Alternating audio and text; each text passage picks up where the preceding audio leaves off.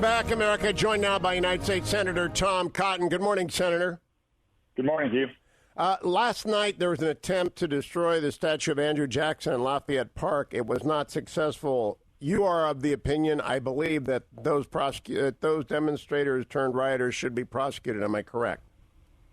Lock them up, Hugh.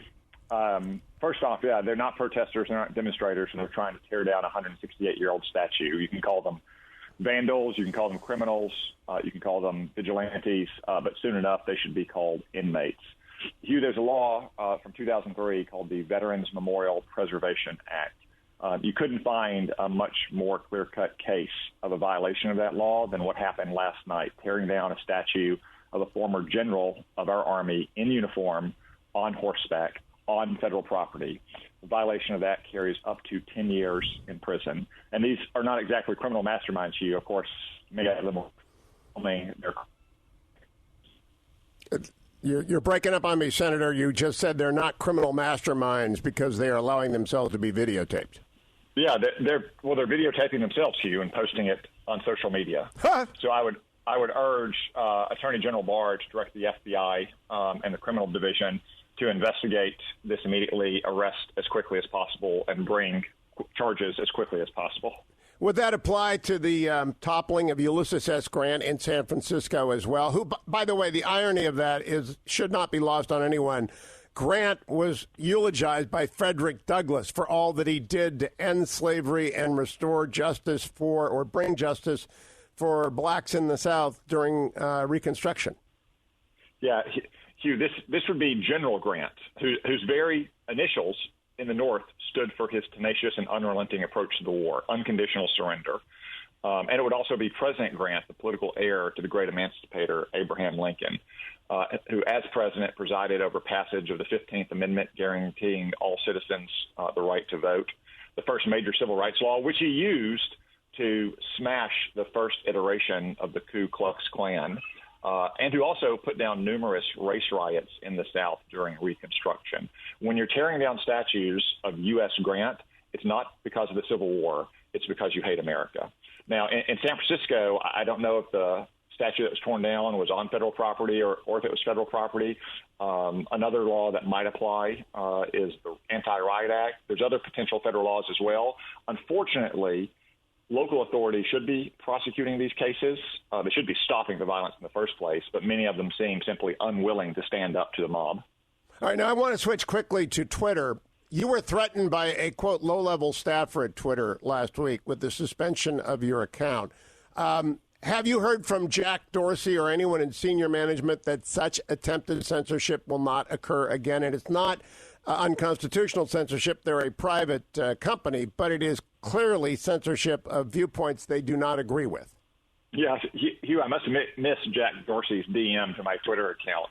Of course, you could put him in the boat with the snowflakes at the New York Times because it's been reported that he unfollowed the New York Times opinion Twitter account after they published my op-ed a few weeks ago that turned them into a laughingstock.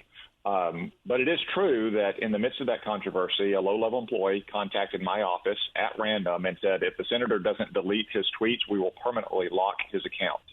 It was clear, though, she was acting at the behest of more senior officials who she tried to screen, and that she wouldn't put anything in writing. Now, we stood up to her. We drew a line. We sent her the reasons why this was a gross violation of their own terms and their own policies. We continue to get shifting explanations, but the 30-minute deadline came and went, and after a couple hours, she called us back and said, we'll take no action against your account, although she said that she also wasn't authorized to say anything more. So it's clear that she was acting at the behest of senior censors at Twitter, but it's just an example of the challenges that conservatives face on Twitter or on social media more broadly. Look, I'm a United States senator. You can't really deplatform a senator. I can always go to the Senate floor. I can go to other medium. But what if it was just a conservative journalist or a Republican Party activist? How could they stand up to these social media giants? Well, Senator, I know that you're burdened by Harvard law education, but at Michigan law, we would have been taught that the violation of Section 230 was obvious here and that they are now publishers and therefore not owed the immunities of Section 230 at Twitter. Anyone agree with you on your staff who might have gone to Michigan as opposed to Harvard and understand the statute? Well, this is why I've introduced legislation along with Senators Hawley, Rubio, and Braun to modify Section 230 to strip away some of that unprecedented legal immunity that social media companies get, because they are increasingly acting as publishers, acting as censors, taking responsibility for the content that is posted and is not posted on their site. If that's the case, they don't deserve that immunity. Well, they're also then subject to the defamation laws of the United Kingdom and everywhere else. I mean, in the United States, you can't sue anyone. It's very difficult to sue anyone for defamation. But if you've become a publisher in the laws of the United States' eyes, doesn't that open you up to the UK standards of libel? I imagine it would, Hugh. Under those standards, my gosh, every comment section becomes your property, correct?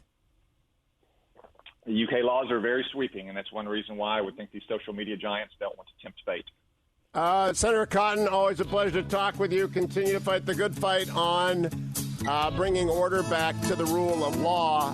One law for everybody. That's it. That's the rule. That ought to be it for everybody and everything in the United States, including senators who hold positions that are adverse to those of Silicon Valley's most vulnerable leftists. Stay tuned, America. It's the Hugh Hewitt Show.